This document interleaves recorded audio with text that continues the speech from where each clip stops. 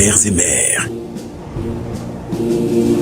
Fièrement, nous répondons à l'appel du devoir. Pour que les déplacés et les réfugiés rentrent à la maison. Pour que nos enfants reprennent le chemin de l'école. Pour que jaillisse la lumière de la réconciliation entre les peuples, pour le Mali, pour la patrie. Cette voie, nous l'avons choisie, au prix de nos vies. Nous défendrons nos couleurs. Et si nous laissons derrière nous veuves et orphelins, nous vous prions, prenez soin d'eux.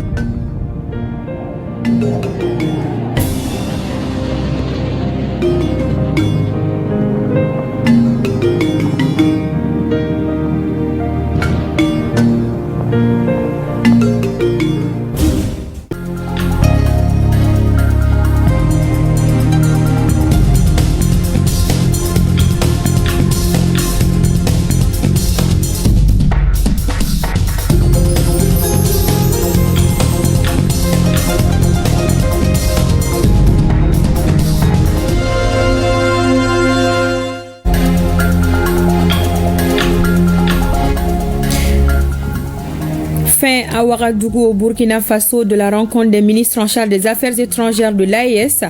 Les échanges ont porté sur les formalités du retrait des pays de l'espace de la CEDEAO.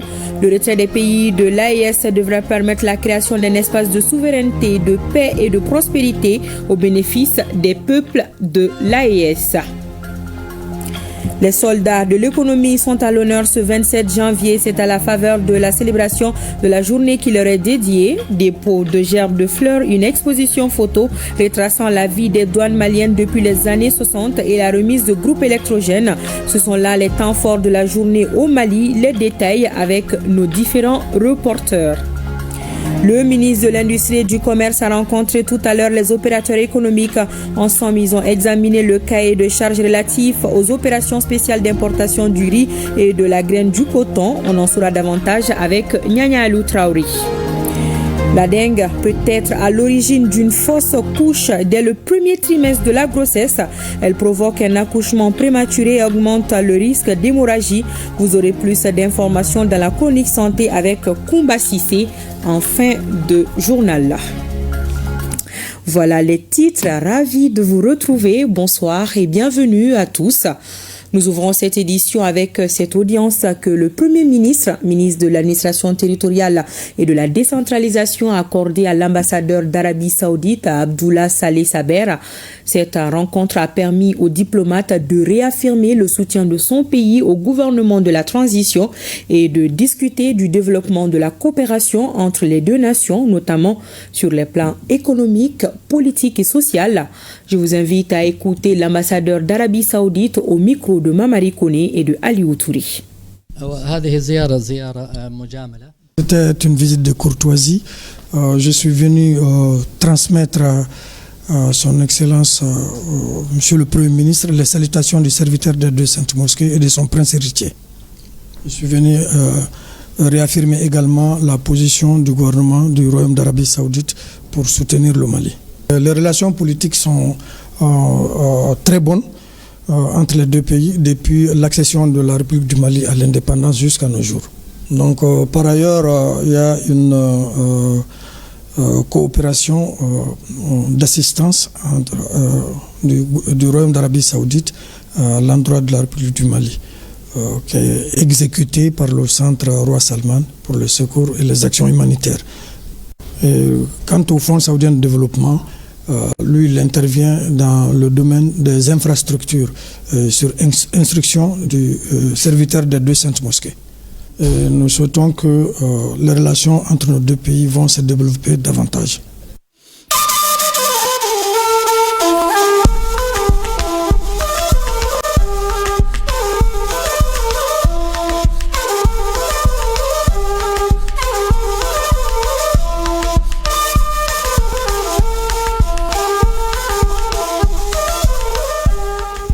Et nous ouvrons la page AES, je vous l'annonçais dans les titres.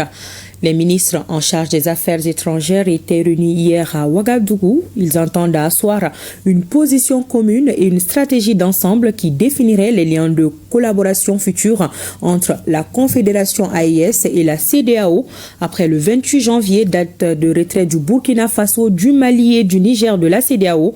La mission des 3 chefs d'État est de faire de l'AES un espace de souveraineté, de paix et de prospérité partagée au bénéfice de leur peuple. La rencontre de Ouagadougou est sanctionnée par un communiqué final. Le compte-rendu de nos confrères de la RTB, Adam Angouti et Issia Kanana. Après une journée d'intenses travaux, la réunion des ministres des Affaires étrangères de la Confédération des États du Sahel est sanctionnée par un communiqué final. Depuis Ouagadougou, les ministres des Affaires étrangères du Burkina Faso, du Mali et du Niger saluent le leadership, la vision éclairée et la détermination sans faille des présidents Traoré, Goïta et Tiani. Des chefs d'État résolument engagés et déterminés à faire de la Confédération des États du Sahel un espace de souveraineté, de paix et de prospérité partagée au bénéfice de leur peuple. Ils ont salué l'adhésion massive et spontanée des populations africaines à cette vision, confortant ainsi la portée panafricaniste des actions confédérales. Les ministres ont eu une convergence de vues sur l'approche globale des futures négociations avec la CEDEAO dans l'intérêt supérieur des populations. Cette réunion dans la capitale burkinabé devrait permettre à l'AES de disposer d'un document stratégique solide, essentiel pour mener à bien les discussions avec la CEDEAO après le 28 janvier 2025, date butoir du retrait des pays de la Confédération de l'instance sous-régionale ouest-africaine. Nous comprenions que désormais, les discussions au sein de notre espace doivent tenir compte de l'existence de l'AES, c'est-à-dire le Burkina Faso, le Mali et le Niger, en tant qu'acteurs unis pour pouvoir avoir des discussions avec la CEDEAO dans un esprit de coexistence pacifique, dans un esprit de responsabilité, mais surtout dans le souci de pouvoir préserver les intérêts des populations, les intérêts de toutes les populations. L'AES marque sa disponibilité au-delà de la CEDEAO à coopérer avec tous les pays du monde, épris de paix, épris de prospérité, dans le respect de notre souveraineté et dans le respect de la dignité de nos peuples. Et j'appelle aussi nos populations et au-delà de la diaspora à participer massivement à la célébration de l'an 1 de notre sortie de la CEDEAO le 28 janvier 2025. La Confédération des États du Sahel veut désormais s'imposer dans le concert des nations. Et la rencontre de Ouagadougou matérialise la volonté du Burkina Faso, du Mali et du Niger d'asseoir une position commune et une stratégie d'ensemble qui définissent les liens de collaboration futurs entre la Confédération des États du Sahel et la CEDEAO, basée sur la franchise.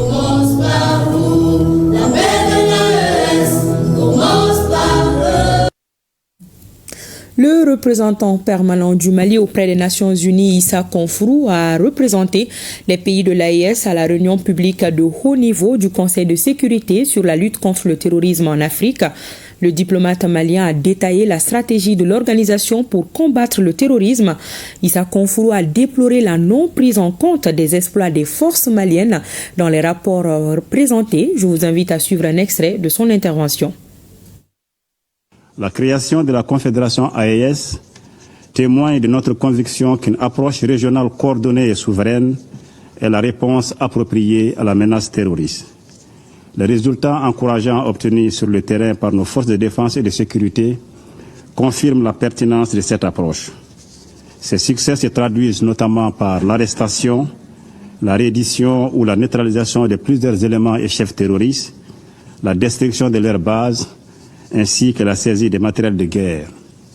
La reconquête des territoires jadis contrôlés par des groupes criminels, le retour des populations et de l'administration, ainsi que la réouverture des écoles dans ces zones sont des avancées qui méritent d'être relevées.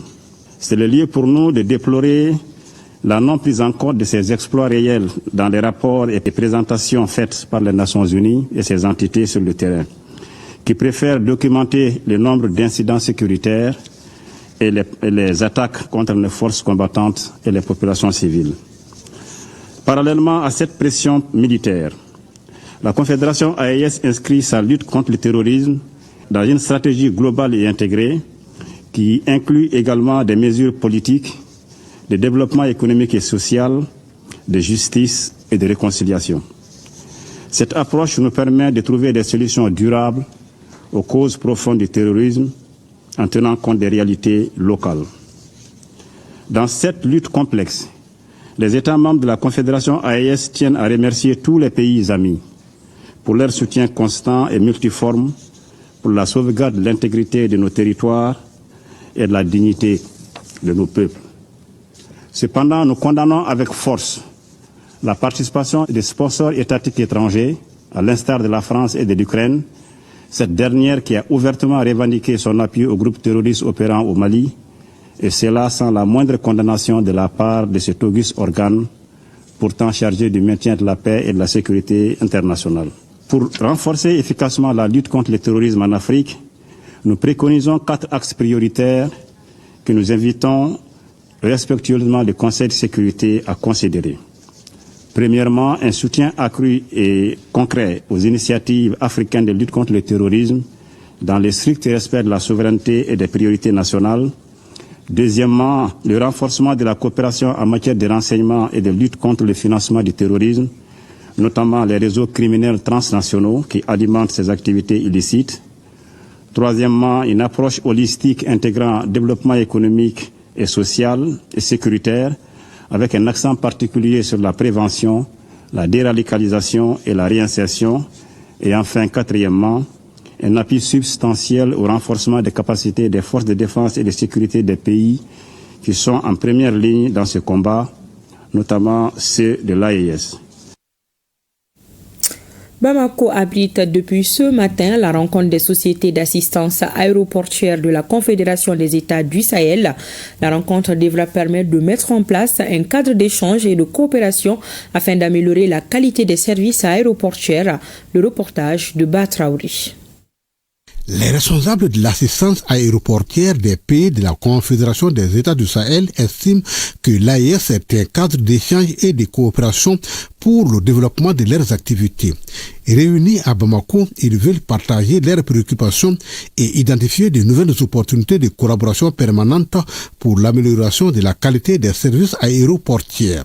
Je suis certain que ces échanges seront fructueux et nous permettront de renforcer les liens qui nous unissent.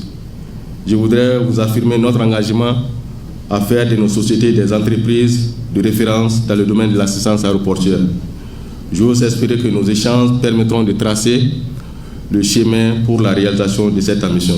L'harmonisation des procédures, les pistes de coopération et de mutualisation des moyens tiendront une place de choix lors des débats. Les délégués plancheront également sur les systèmes de management de la sécurité et de la qualité et le partenariat entre les sociétés d'assistance en escale et les centres de formation. L'aviation civile est un pilier de développement économique, social et culturel. Elle facilite les échanges, soutient le tourisme et renforce la coopération entre les pays. À cet égard, le développement du transport aérien occupe une place importante dans la feuille de route du président de l'AES. Le projet de création de la compagnie aérienne de l'AES et l'institution de la journée de l'aviation civile dans l'espace AES procèdent de la mise en œuvre de cette feuille de route. La rencontre de Bamako enregistre la présence des délégués du Togo. Elle sera sanctionnée par des recommandations fortes pour l'amélioration de la fluidité dans les aéroports. La dernière étape de la rencontre sera consacrée à une visite à l'aéroport international président Modibo Keïta Sénou. 14e édition des journées des riziculteurs couplée à la vente promotionnelle du riz local au Niger. Cette édition, au regard de son importance, a reçu la visite inopinée du président du CNSP, chef de l'État, le général de brigade Abdraman Chani, venu constater de visu le déroulement de l'opération. Abdul Karim Mama Barmou et Yazir Abiou pour les détails. Rendre la nourriture disponible et accessible à tous les Nigériens, c'est l'une des préoccupations majeures du Conseil national pour la sauvegarde de la patrie, dirigé par le général de brigade Abdraman Chani, chef de l'État. Un souci constant depuis son accession à la magistrature suprême. Ce matin, les organisateurs de la 14e édition des journées des riziculteurs et ventes promotionnelles du riz local ont eu très tôt une agréable surprise, la visite inopinée du chef de l'État sur leur site au palais du 29 juillet. Ça qui reste.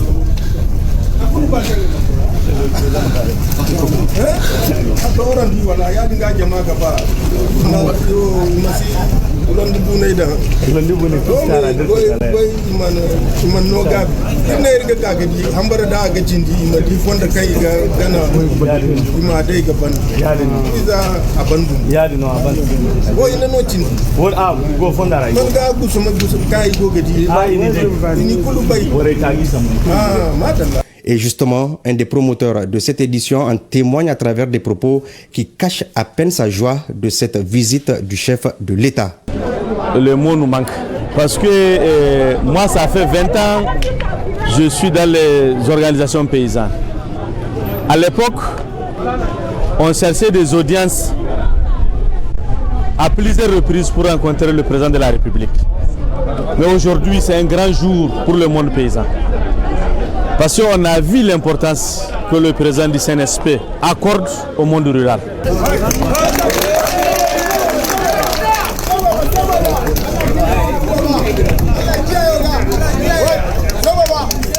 Au regard du bon déroulement de cette opération qui prend fin aujourd'hui, tout laisse à croire qu'elle sera prolongée ou rééditée, d'autant plus que les besoins sont réels et la disponibilité du riz y est.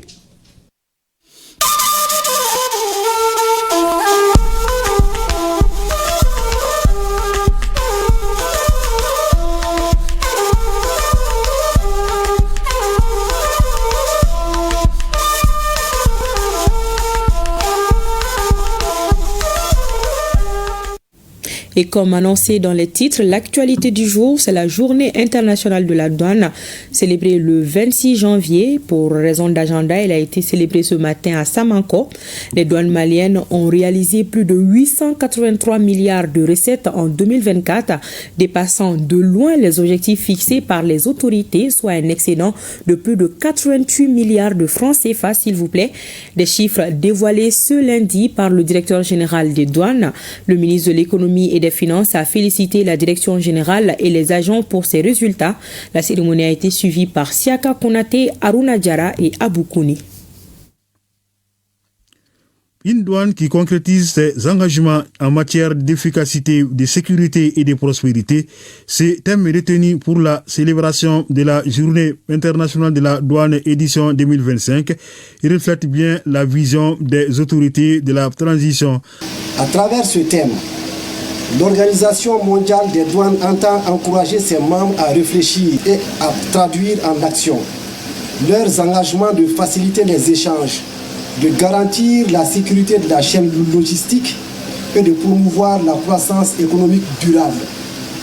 Mesdames et messieurs, chers invités, compte tenu des choix stratégiques de notre pays dans le domaine de l'indépendance politique et économique, je puis vous affirmer que ce thème cadre parfaitement avec la vision des plus hautes autorités de la transition. En effet, le binôme sécurité-prospérité reste au cœur des préoccupations du général d'armée Assimi Goïta, président de la transition, chef de l'État, pour faire de notre pays une nation de paix et de prospérité. Coup de chapeau du ministre de l'économie et des finances aux soldats de l'économie qui ont dépassé de 11% les objectifs des recettes qui leur avaient été assignés par les autorités en 2024, soit un excédent de plus de 88 milliards de francs CFA. En 2024, nos objectifs fixés à 795 milliards ont été largement dépassés avec une réalisation totale de 883,88 milliards de francs CFA, soit 111,18% des prévisions, générant un excédent de 88,88 milliards de francs CFA. C'est l'occasion de remercier les plus hautes autorités pour les appuis multiformes et féliciter le collectif des douanes pour son engagement. C'est le lieu de remercier également la section syndicale des douanes, à travers son secrétaire général, pour tout l'accompagnement, le sens de l'écoute pendant ces années-là. La douane a aussi à son actif d'importantes saisies d'armes, de munitions, de médicaments, de stupéfiants, de devises étrangères. Sur les 37 réformes engagées, 15 sont totalement mises en œuvre, 19 sont en cours d'exécution. La liste est rallongée avec les rajouts de 3 nouvelles réformes, dont la douane intelligente, des résultats que les douanes doivent en grande partie au soutien des autorités, l'engagement des travailleurs et à un front social apaisé au sein de l'administration douanière. À travers cette célébration, permettez-moi de saluer spécialement les travailleuses et les travailleurs de l'administration douanière du Mali, dans un contexte marqué par des défis multiples, économiques, sécuritaires et sociaux. Vous restez inébranlable dans votre mission, assurant avec rigueur la protection de notre économie et la sauvegarde des intérêts de notre nation. Votre engagement témoigne d'un profond patriotisme et mérite toute notre reconnaissance. La journée internationale des douanes est célébrée chaque 26 janvier, mais les 3 pays de la Confédération des États du Sahel ont de commun accord décidé de la célébrer le 27 janvier. Les administrations douanières des 3 pays travaillent à l'harmonisation des textes. Au-delà de nos responsabilités au niveau de la vice-présidente de la région EMD-AOC, les douanes du Mali sont totalement engagées dans la mise en œuvre des orientations données par les plus hautes autorités dans le cadre de la Confédération de l'Alliance des États du Sahel, AES. Ainsi, les directeurs généraux des douanes du Burkina Faso, de la République du Niger et de la République du Mali sont déjà à 2 rencontres depuis la rencontre des chefs d'État de l'AES. Les experts des 3 pays sont à la tâche tous les jours dans la revue et l'harmonisation de tous les textes pour faire de l'AES un espace d'intégration des peuples ainsi que pour le décollage économique de nos 3 États. Une quinzaine d'agents des douanes et d'opérateurs économiques ont reçu des médailles de l'Organisation mondiale des douanes pour leur engagement. Au programme de cette journée, une conférence sur le thème de la journée, une douane qui concrétise ses engagements en matière d'efficacité, de sécurité et de prospérité. Un thème développé par le chef de la division des relations internationales à la direction générale des douanes, le colonel Issa Traoré. Vous aurez les détails de Siaka Konouaté et de Haruna Diara dans nos éditions futures. L'innovation de la célébration de l'édition 2025, c'est le vernissage d'une exposition qui retrace en images la vie des douanes maliennes des années 60 à nos jours. Le ministre Sanou a rendu hommage aux douaniers décédés par un dépôt de gerbes de fleurs. Le dernier acte du patron de l'hôtel des finances a été la remise des clés des groupes électrogènes au directeur général des douanes. La synthèse de ces différentes activités avec Tamsir Diabaté. Une douane qui a concrétisé ses engagements en matière d'efficacité et de sécurité. Le mérite revient donc à ses services de célébrer avec notoriété et hauteur la journée qui lui est dédiée. Et les pas cadencés et rassurants du ministre des Finances à la revue des troupes dénotent que la dynamique enclenchée par les soldats de l'économie doit et va être maintenue.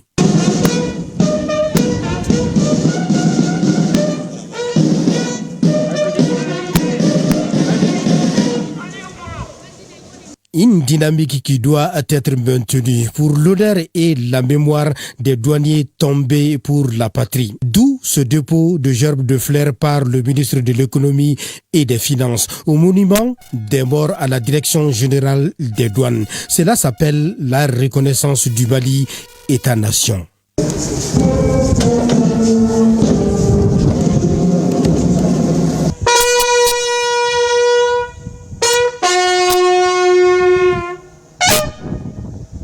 Après le dépôt de gerbes de fleurs, le ministre Sanou a procédé à la signature du livre d'or en souvenir du sacrifice des agents des douanes tombés avec des armes à main. La célébration de la journée de la douane, c'est aussi une exposition sur les douanes d'hier et aujourd'hui. Cette exposition première du genre reflète l'engagement, le professionnalisme et l'impact de la douane au service de la nation.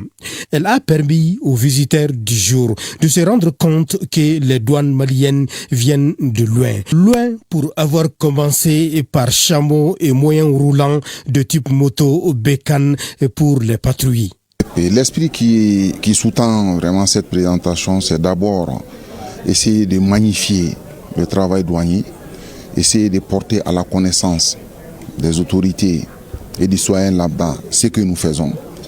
Et à travers nos moyens anciens et nouveaux, à travers nos outils anciens et nouveaux et à travers notre méthode de travail. Cette exposition est un véritable contraste entre l'ancienneté et la modernité avec des hearses qui servaient d'immobiliser les véhicules de fraudeurs et cette valise numérique qui localise à des kilomètres. L'autre moment historique de cette visite d'exposition, c'est la reconstitution d'une saisie d'armes dissimulées entre les fétiches. Une saisie effectuée par l'actuel directeur général des douanes quand il était chef de bureau dans la région de Sikasso. Nous sommes en 1995. Dès que j'ai pris la somme comme ça, j'ai regardé, j'ai jeté un coup d'œil sur le monsieur et j'ai senti la peur. J'ai dit, chef de la sélection, il faut le surveiller. Alors, donc j'ai pris la somme. J'ai dit, ça sent du fer. Et on a ouvert, j'ai sorti. Et c'était moi. Merci beaucoup. La douane vient de nous démontrer toutes les compétences qu'elle regorge. Nous avons des services de douane qui sont vraiment déterminés, qui sont engagés, qui, au risque de leur vie, souvent, vraiment, ça dénote une fois de plus qu'on peut continuer de faire confiance à nos services de douane qui restent toujours aux côtés des populations pour assurer leur sécurité. Monsieur, demain, on peut s'attendre à un musée de douane avec tout ce que vous avez vu comme exposition? C'est déjà dans nos intentions. Cette exposition qui témoigne la capacité des agents des douanes à faire face aux défis contemporains a permis de rassurer davantage les partenaires des douanes. Nous sommes vraiment très ravis de voir l'évolution de la douane du Mali. Dans le temps, et quand nous on commençait dans les années 85, tout se faisait à la main. Donc les procédures étaient longues et puis ça posait trop de problèmes. Aujourd'hui, pour faire une opération au niveau de la douane, 5 à 10 minutes suffisent pour terminer un dossier. Ça veut dire qu'on va aller loin, très très loin. La douane malienne a fait ses preuves dans le Mali et puis dans la sous-région aussi.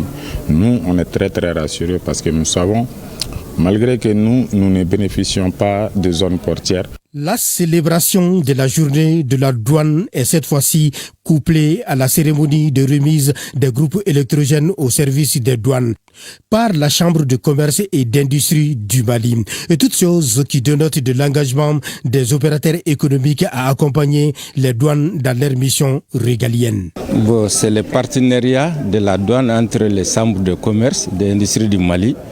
Toujours les douanes, c'est notre compagnon. Bon, ils nous demandaient de donner les groupes, on a fait. Il résulte de cette journée que la douane est un acteur clé de la souveraineté et du développement durable pour une nation qui opte pour le renouveau. Journée de la douane, on en parle toujours avec cette conférence sur une douane qui concrétise ses engagements en matière d'efficacité, de sécurité et de prospérité. Un thème développé par le chef de la division des relations internationales à la direction générale des douanes, le colonel Issa Traoré. Le conférencier s'est beaucoup apaisanti sur la modernisation, la digitalisation et la simplification des procédures douanières.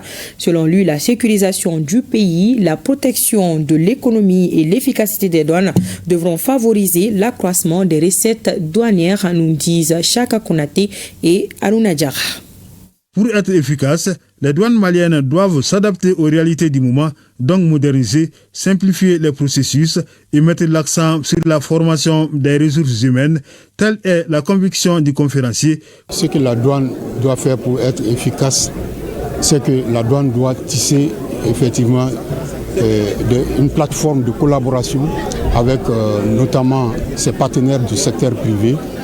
La douane doit également procéder à la modernisation de ses processus c'est-à-dire à travers la digitalisation qui permet effectivement d'aller vers une certaine célérité des opérations commerciales. Pour être efficace, la douane doit également faciliter le commerce, c'est-à-dire accélérer le temps de main levée sur les marchandises à travers la modernisation de ces processus, notamment non seulement la digitalisation, mais aussi l'analyse des risques qui consiste à collecter, à analyser les risques pour mieux asseoir le contrôle. Le directeur général prône de son côté le renforcement de la chaîne logistique, l'utilisation des moyens d'intervention, le suivi électronique des cargaisons, l'exploitation du renseignement satellitaire. Nous avons la chance d'avoir l'Organisation mondiale des douanes qui a réfléchi à tous les sujets qui peuvent intéresser les douanes. Alors donc nous, douanes du Mali, aussi bien que nous sommes vice-présidents de la région OMD-AOC, nous sollicitons aujourd'hui l'exploitation du renseignement satellitaire. Pourquoi l'intérêt c'est quoi? L'intérêt c'est qu'aujourd'hui, toutes les douanes de l'Afrique occidentale travaillent dans des zones d'insécurité, ce que nous appelons les zones de frontières fragiles. Vous savez aujourd'hui, quand vous avez une information sur Nampala, vous avez des informations, les renseignements douaniers, ça peut être vrai à 50%, comme ça peut être faux à 50%. Alors donc, il faut éviter les interventions hasardeuses. Quand on a un renseignement, et quand le renseignement est satellitaire, il est plus précis, il est plus crédible, on protège la vie de l'agent des douanes, on intervient très rapidement dans les zones dangereuses, on se retire.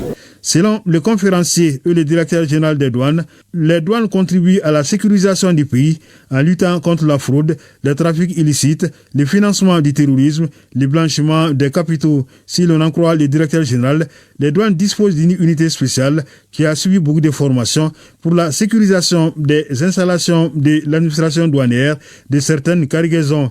Et l'inspecteur général Konaté de conclure que l'efficacité et la sécurité combinées permettent d'accroître les recettes douanières, donc renforcer la confiance entre l'administration douanière et les autres partenaires, notamment le secteur privé.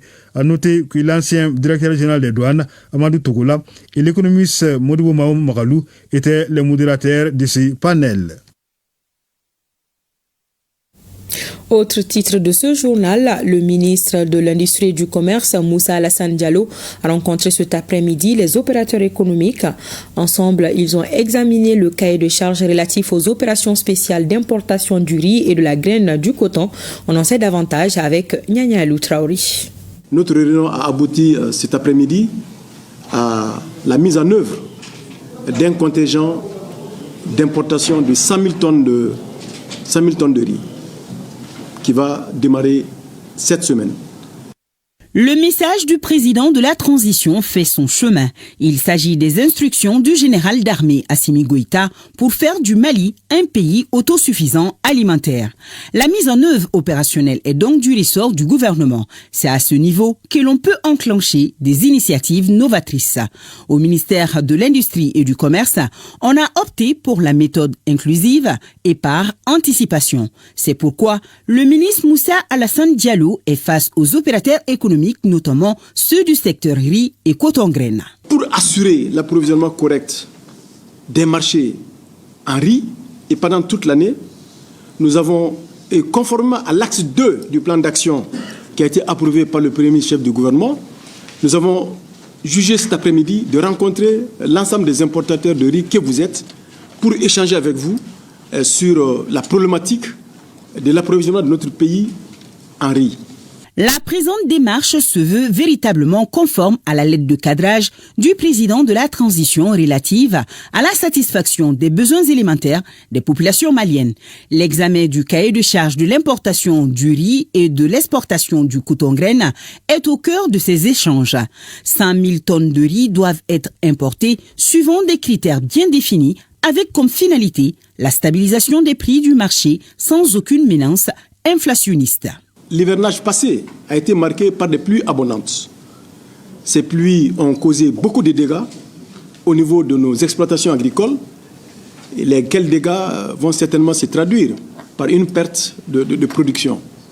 Donc par anticipation, nous avons dit qu'il faut faire un jumelage entre la promotion de l'approvisionnement de notre pays en riz à partir de la production locale, plus un volant d'importation, de façon à assurer la stabilisation du prix du riz sur les marchés. La stratégie Moussa Alassane Diallo fonctionne. Le dialogue ainsi établi favorise la création d'un partenariat fécond entre gouvernement et secteur privé pour la satisfaction des besoins fondamentaux de nos compatriotes. Ça me fait 34 ans dans le commerce. C'est le seul ministre qui fait légal tous les Maliens, sans différence. Donc avant, c'était 4 ou 5, 6 personnes. Mais c'est la transparence totale au ministère du Commerce. Ici, à l'heure actuelle, dans le commerce, il n'y a pas de défaut. On n'a rien à dire. Merci pour votre participation. Merci pour votre compréhension. Merci pour votre esprit patriotique. Les consommateurs maliens sur l'ensemble du territoire auront accès au riz à 450 francs le kilo, soit 22 500 le sac de 50 kilos. Je pense que cette mesure répond parfaitement aux instructions du président de la chef de l'État, le général d'Armée Assimi Goïta, par rapport donc à la satisfaction des besoins élémentaires des populations en ce qui concerne le riz. Les représentants des départements ministériels et des autorités administratives indépendantes renforcent leur connaissance sur les réformes politiques, institutionnelles, administratives et électorales. C'est une initiative du ministère délégué chargé des réformes politiques et de soutien au processus électoral. Les précisions de Youssouf Diakité. Le ministère en charge des réformes politiques et du soutien au processus électoral est à pied d'œuvre pour la vulgarisation de la nouvelle constitution du 22 juillet 2023 et des réformes engagées par le gouvernement de la transition. C'est ce qui justifie l'organisation de cette série d'ateliers dans le district du Bamako qui s'adresse principalement aux autorités administratives et politiques et aux forces vives du pays. Le Parlement, qui était d'une chambre, devient un Parlement à 2 chambres avec l'Assemblée nationale et le Sénat. Il y a des modes d'élection qui changent. Il y a également la refonte du système électoral qui consiste à donner une bonne part de la gestion des élections à l'autorité indépendante de gestion des élections par rapport à la Cour constitutionnelle dont les missions sont revues et qui va être chargée en ce qui concerne les autres élections nationales et uniquement le contentieux. La proclamation des résultats relevant de l'autorité indépendante de gestion des élections. Donc, c'est des changements majeurs qui sont en train d'être expliqués. Et les jours prochains, les autres textes d'application, les lois organiques et la loi électorale vont être adoptés. Nous avons adopté une modification de la loi électorale par ordonnance pour permettre aux citoyens maliens qui n'avaient pas jusqu'à présent la chance d'être inscrits sur la liste électorale de pouvoir l'être par des mécanismes appropriés qui ont été apportés par la nouvelle modification. Donc ce sont des changements qui sont importants, qui méritent d'être expliqués. Et vous savez, en 2023, il y a une grande réforme, la réorganisation territoriale et administrative du Mali, qui a conduit à la création de 159 cercles et 815 communes. On n'a pas eu l'occasion d'expliquer des changements majeurs qui sont intervenus à Bamako. Bamako a été totalement réorganisé autour d'une circonscription unique, le district de Bamako, qui désormais comprend des arrondissements. Vous avez vu des sous-préfets d'arrondissement, ça n'a jamais existé à Bamako. Il y a également la suppression des communes et le district désormais organisé autour d'une circonscription unique qui s'appelle district de Bamako, la collectivité district. Et désormais, il n'y aura que les délégations du district qui sont également des arrondissements qui vont être chargés de la mise en œuvre de la politique définie par le district. La défense et la sécurité, les réformes institutionnelles, la satisfaction des besoins fondamentaux de la population, l'amélioration de la couverture sanitaire du pays sont entre autres les thématiques débattues par les participants au cours de ces différents ateliers. Lundi 27 janvier, c'est la journée internationale de protection des données à caractère personnel.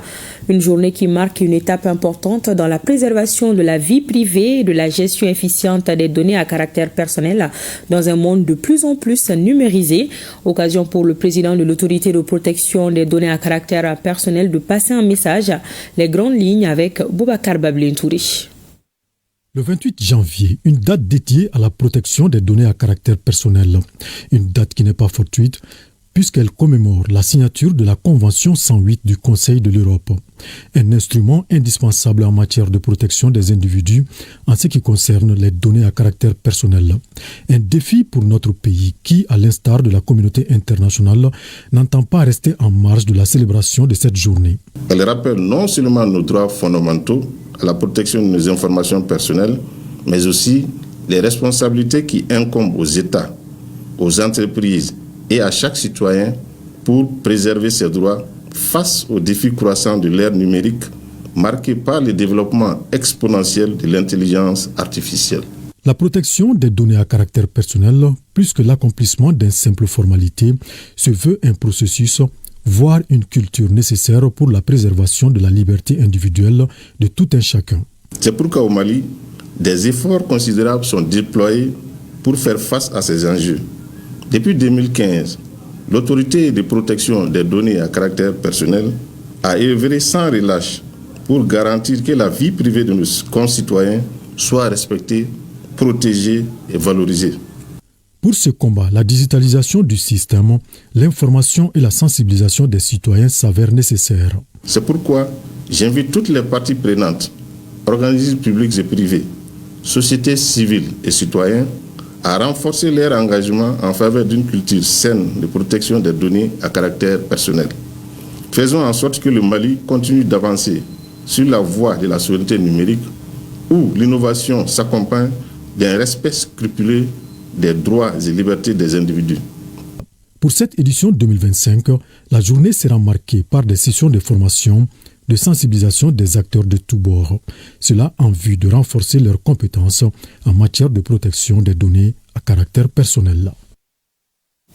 Nous vous l'annoncions hier, la 3e session de la chambre correctionnelle du tribunal militaire de la région de Mopti s'est ouverte ce lundi. Au total, 25 affaires sont inscrites au rôle impliquant 41 détenus, dont 36 militaires et 5 civils.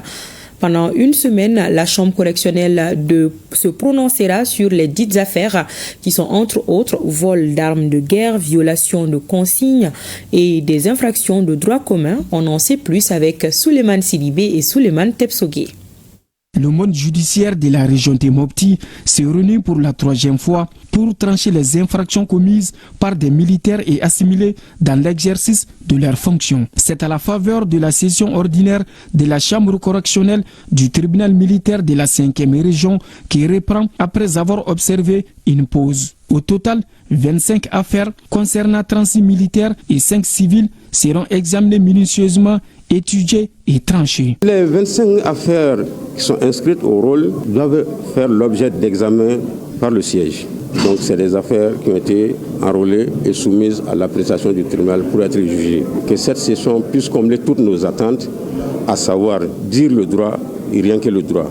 Selon le gouverneur de la région, le militaire est justiciable comme tout autre citoyen. Toutefois, soulignera-t-il à cet égard, la manière compte beaucoup. Nous rappelons à l'ensemble que le militaire est justiciable, à l'instar de tous les citoyens. Seulement qu'il doit être jugé souvent par un outil adapté au égard même de la spécificité et du caractère sacerdotal de sa fonction. Et cela est dans le cadre de l'état de droit. Le civil, les infractions de droit commun existent et ça c'est les infractions militaires qui sont jugées par un tribunal militaire. On est aujourd'hui à l'ouverture de l'audience solennelle pour que les assises puissent avoir lieu. Le procureur du tribunal militaire de Mopti invite les populations de la Venise malienne à prendre part à cette session, car fera-t-il remarquer, elle est correctionnelle mais aussi pédagogique. Plus de 220 millions de francs CFA, c'est le montant que l'Union européenne, à travers le programme Jeunesse et Stabilité Progress et ses partenaires, entendent investir dans la construction des marchés à bétail dans le cercle de Djangoute Camara, dans la région de Nioro. Les explications de Moussa Diakité. D'un coût total de 223 millions de francs CFA, entièrement financé par l'Union européenne à travers le programme Jeunesse et Stabilité Progress et le Centre de dialogue humanitaire HD, la réalisation de ces marchés à bétail contribuera sans nul doute à réduire le taux de chômage, à abaisser les tensions sociales et à booster l'économie dans la zone comme le souhaitent les plus hautes autorités du pays. C'est le bonheur, c'est la tranquillité vraiment dans l'âme. Donc je suis vraiment très heureux aujourd'hui pour la réalisation de ce projet. Ça réduit vraiment le phénomène de vol de bétail. La plupart des jeunes qui travaillent ici, donc ils sont de la localité. Ça, c'est vraiment une bonne opportunité économique. C'est pour consolider la paix qui a été négociée, qui a été acceptée, qui a été conclue entre les agriculteurs et les éleveurs à travers une médiation facilitée par les HD. Le nouveau marché à bétail de Djangote Camara, qui répondra à toutes les commodités du moment, sera fin prête dans 4 mois. Sa mise en œuvre est assurée par la GIZ et sa réalisation par l'entreprise Sanké Construction. Ce marché à bétail sera bâti sur 2 hectares, composé d'un bloc administratif dont les bureaux et une salle de réunion, un bloc de 3 magasins, 2 blocs de 3 latrines, un parc de vaccination, un parc d'embarquement, un système hydraulique villageois amélioré avec un château d'eau de 30 mètres cubes avec 2 bonnes fontaines, 4 abreuvoirs, dont 1 pour les petits ruminants, et la clôture sera également faite. Ce marché à bétail va permettre d'abord d'avoir des emplois permanents et même non permanents. Beaucoup de jeunes viendront quand même avoir des emplois et ça va freiner l'immigration pour notre cercle. Et un bébé, il faut l'entretenir pour que ça soit efficace. Beaucoup de pays viendront se ravitailler ici. C'est l'un des grands projets pour le nouveau cercle de Djangote.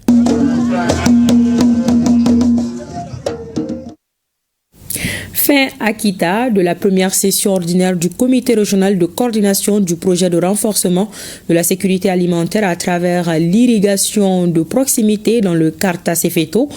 Elle a été marquée par la présentation du projet aux acteurs et les sites retenus. Ce projet d'une durée de 5 ans va coûter plus de 12 milliards de francs CFA à la Banque islamique de développement et à l'État malien. Le reportage de Mamadi Alioubari. Mutualiser les efforts pour une bonne mise en œuvre effective du projet, informer les différents acteurs sur les recommandations issues de la première session du comité de pilotage tenu à Bamako, tels sont entre autres les objectifs de cette première session ordinaire du comité régional de coordination du projet de renforcement de la sécurité alimentaire à travers l'irrigation de proximité dans le Karta à Sefetou de l'Agence de développement rural de la vallée du fleuve Sénégal ADRES. Il s'agit entre autres de la réalisation de 951 hectares de bas-fonds dans 20 villages par la construction de micro-barrages pour le contrôle de la lame d'eau. Les exploitants bénéficieront de l'assistance technique, de l'encadrement, de l'accès aux facteurs de production, de l'accès au crédit notamment pour les semences et les engrais et de l'accès à la mécanisation par l'octroi des motoculteurs. C'est de pouvoir mettre les acteurs ensemble, les informer sur les tenants et les aboutissants du nouveau projet. Et c'est aussi de les permettre de développer des synergies. Ce projet pour les acteurs est un moyen approprié de lutter contre la pauvreté à travers des moyens de protection affranchis des aléas climatiques pour les communautés de cette zone enclavée. Donc l'irrigation de proximité, c'est un projet qui est développé sur la demande de l'ensemble des bénéficiaires et sur la base de leur accompagnement. Donc ça veut dire que ce n'est pas des projets clés en main.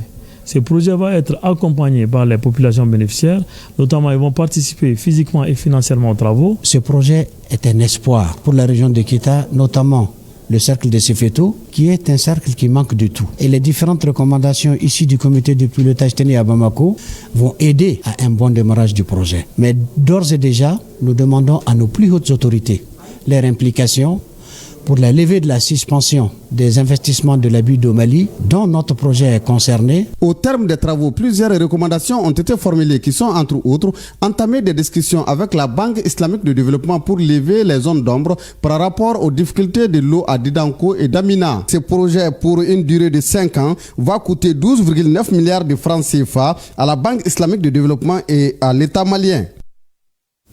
À présent, le contenu de ce communiqué, l'ambassade de la République de Guinée en République du Mali, du Burkina Faso et du Niger, avec résidence à Bamako, a le plaisir de porter à la connaissance de la communauté guinéenne établie au Mali, au Burkina Faso et au Niger que l'enrôlement pour l'obtention des passeports biométriques est désormais effectif dans les locaux de l'ambassade. À cet effet, elle invite à toutes les personnes désireuses d'obtenir un passeport biométrique de se présenter au service consulaire de l'ambassade pour les formalités y afférentes. Aussi, dans le cadre de la sécurisation des documents consulaires, elle informe de la confection et de la mise en vente très prochainement de nouveaux documents sécurisés. L'ambassade de la République de Guinée au Mali s'est comptée sur la bonne compréhension de chacun. Dans la région de Ségou, le projet Empowerment de femmes Maya Dambé s'implique dans l'amélioration de la santé maternelle et du bien-être des femmes en âge de procréer. C'est à travers une campagne de dépistage du cancer du col de l'utérus lancée dans les districts sanitaires de Ségou et Bla. Cette initiative de Care Mali s'inscrit dans le cadre de la politique d'autonomisation et de l'amélioration du cadre de vie des femmes dans les localités couvertes par le projet de Ségou, le reportage de Fousseni Samaké et de Bakari Traoré. Le dépistage est l'arme la plus puissante que nous ayons pour lutter contre le cancer du col de l'utérus. C'est le thème de cette campagne de dépistage du cancer du col de l'utérus lancée par le projet Empowerment des femmes Maya Dambé dans la région de Ségou. L'initiative vise à lutter contre le cancer du col de l'utérus chez les femmes en âge de procréer dans 10 centres de santé communautaires partenaires du projet GWEP 3 de Care Mali. Notre objectif est clair. Sensibiliser un maximum de femmes à l'importance du dépistage, faciliter l'accès aux soins et réduire le nombre de cas de cancer du col de l'utérus dans notre région. Je vous invite chacun à vous engager pleinement dans cette campagne. Ensemble, faisons de notre région un modèle en matière de prévention et de lutte contre le cancer du col de l'utérus. Cette initiative permet de lutter efficacement contre ces fléaux qui constituent un véritable problème de santé publique. On peut classer la prévention en 3 types. Le premier type de la prévention, ça c'est l'IEC, la vaccination. Le deuxième type de prévention, ça c'est surtout le dépistage. Le dépistage permet vraiment de poser un diagnostic et seul le traitement rapide permet de diminuer l'ampleur de ces phénomènes. À toutes les femmes, je lance un appel. Prenez soin de vous, faites-vous dépister régulièrement, car le dépistage est un acte d'amour envers soi-même et envers ses proches. La présente campagne de dépistage dure 2 semaines et concerne les centres de santé communautaires de Sébougou, Zambougou, Massala, Sakoiba, Ngara, Bla Central, Yangasso, Kemeni, Dougouolo et Touna. Et dans la chronique santé, la rédaction s'intéresse à la dengue pendant la grossesse. Cette infection d'origine virale chez une femme enceinte provoque la fausse couche dès le premier trimestre, le décès du fœtus, l'accouchement prématuré ou le saignement. Plus de détails sur cette infection chez la femme enceinte dans ce numéro de Focus Santé, une réalisation de Koumba Sissé et de Sidi Modibo Dameli. La dengue est une maladie transmise à l'homme à travers la piqûre des moustiques Aedes.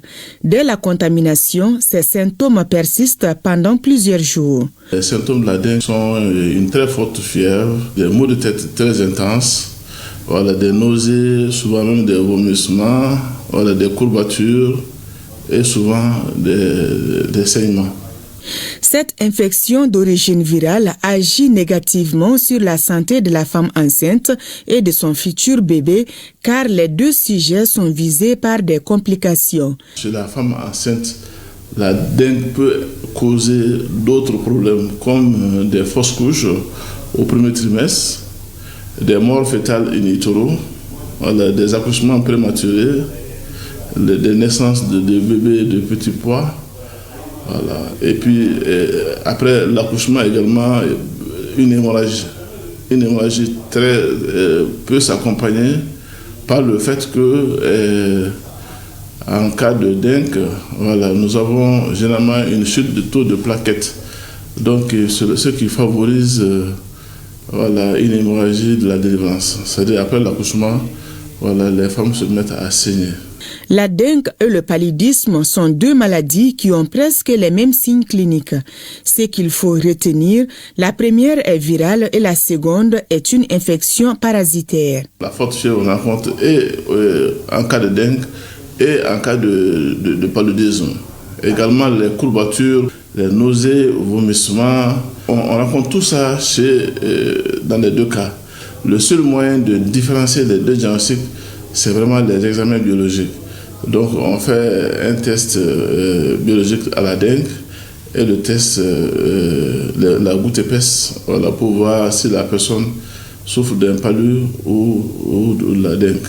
La dengue n'a pas de traitement approprié. Le médecin ne soigne que les symptômes de la maladie. L'adoption des mesures de prévention joue également un grand rôle dans la diminution de la chaîne de transmission. Le traitement va seulement concerner la prise en charge des symptômes de la dengue. Il s'agit généralement de paracétamol en perfusion, voilà, pour atténuer, voilà, les douleurs, les céphalées et puis les courbatures. Mais par contre, on va beaucoup éviter les anti-inflammatoires non stéroïdiens, c'est-à-dire comme les Brufen, parce que les anti-inflammatoires non stéroïdiens peuvent accroître le risque d'hémorragie. À la suite des hémorragies, il peut y avoir une chute de la tension qui va provoquer un choc, voilà, et une perte de connaissance. C'est la raison pour laquelle, dans les cas sévères de dengue, on préfère les hospitaliser pour mieux les surveiller.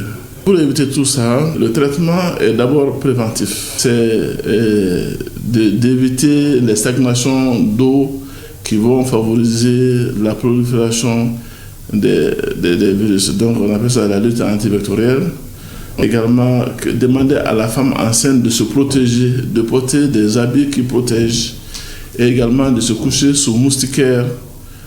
En cas de maux de tête, de courbatures, de nausées ou de saignements qui persistent pendant des jours, la femme enceinte doit se faire consulter pour éviter des complications qui peuvent arriver pendant la grossesse ou après l'accouchement.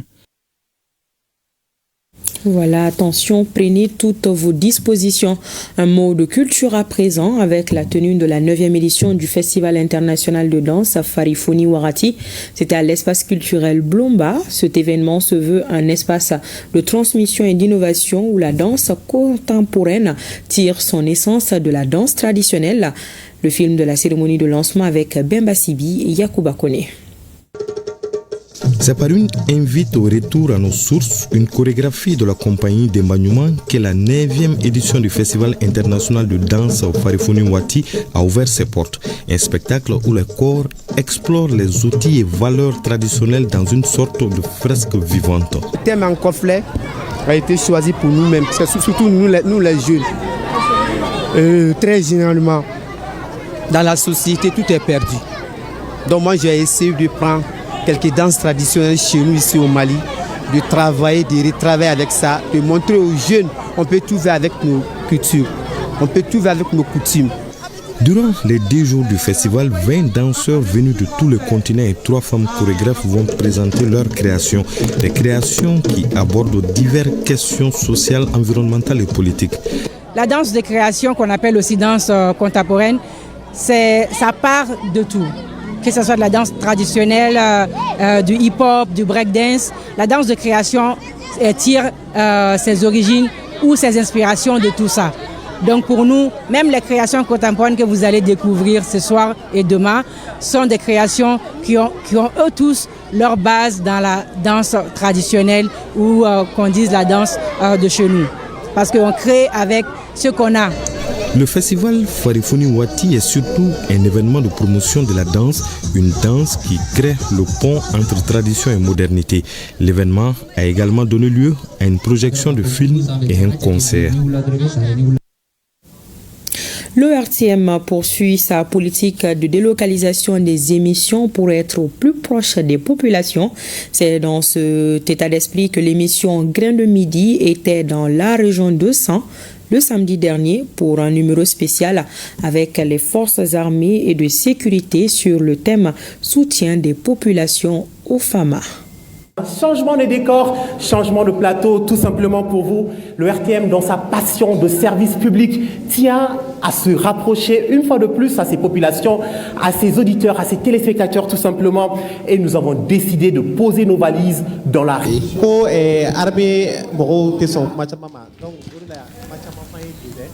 Voilà l'émission Grain de Midi spéciale dans la région de San. Un numéro réalisé en partenariat avec la DIRPA, Direction des informations et des relations publiques des armées. Le commandant du 23e régiment, la vice-présidente des femmes de la CAFO, le président du Conseil régional des jeunes de Sang étaient les invités de cette émission qui a vu la participation des autorités administratives et des légitimités traditionnelles. Voilà une émission à suivre dans nos programmes demain à partir de 11h sur ORTM1, rediffusion demain 23h. Et en image toujours, le tirage au sort des poules de la CAN Maroc 2025 a été effectué ce soir. Le Mali évoluera dans le groupe A en compagnie du pays hôte, le Maroc, ainsi que la Zambie et les Comores. Voici les autres groupes. Groupe B, Égypte, Afrique du Sud, Angola, Zimbabwe. Groupe A, toujours, bien sûr. Groupe C, Nigeria, Tunisie, Ouganda, Tanzanie. Groupe D, Sénégal, RD Congo, Bénin, Botswana. Groupe I, Algérie, Burkina Faso, Guinée équatoriale, Soudan. Le groupe F, Côte d'Ivoire, tenant du titre, Cameroun, Gabon, Mozambique. Le Mali qui loge dans le groupe A en compagnie du pays hôte. C'est la fin de cette édition. Merci de votre attention. Pensée spéciale à nos femmes. Bonsoir.